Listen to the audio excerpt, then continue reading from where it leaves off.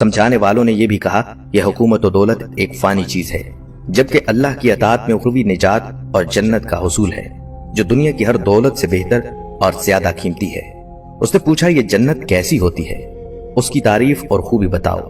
نصیحت کرنے والوں نے جنت کی وہ صفات جو انبیاء کرام کی تعلیمات کے ذریعے ان کو معلوم ہوئی تھی اس کے سامنے بیان کی تو اس نے کہا مجھے اس جنت کی ضرورت نہیں، ایسی جنت تو میں خود ہی دنیا میں بنا سکتا ہوں۔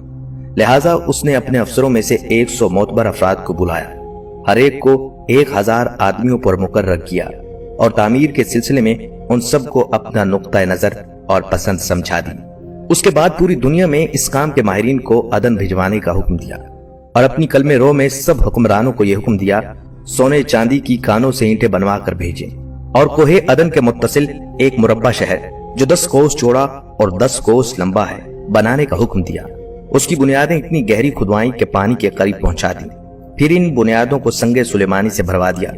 جب بنیادیں بھر کر زمین کے برابر ہو گئیں تو ان پر سونے چاندی کی اینٹوں کی دیواریں چنی گئیں۔ ان دیواروں کی بلندی اس زمانے کے گز کے حساب سے 100 گز مقرر کی گئی۔ جب سورج نکلتا تو اس کی چمک سے دیواروں پر نگاہ نہیں ٹھہرتی تھی۔ یوں شہر کی 4 دیواری بنائی گئی۔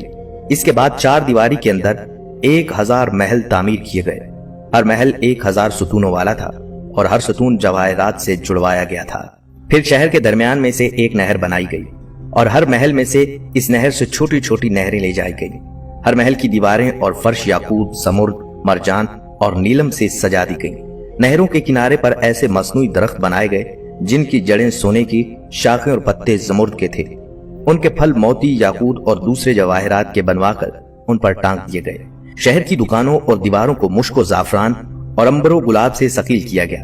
یاقوت و جواہرات کے خوبصورت پرندے چاندی کی دیواروں پر بنوائے گئے جن پر پہرے دار اپنی اپنی باری پر آ کر پہرے کے لیے بیٹھ جاتے۔ جب تعمیر مکمل ہو گئی تو حکم دیا کہ سارے شہر میں ریشم کے قالین بچھا دیے جائیں۔ پھر نہروں میں سے کسی کے اندر میٹھا پانی، کسی میں شراب، کسی میں دودھ اور کسی میں شہد و شربت جاری کر دیا گیا اور ہر پیشہ و ہنر والے کو حکم ہوا کہ اپنے کاموں میں مشغول ہو جائیں۔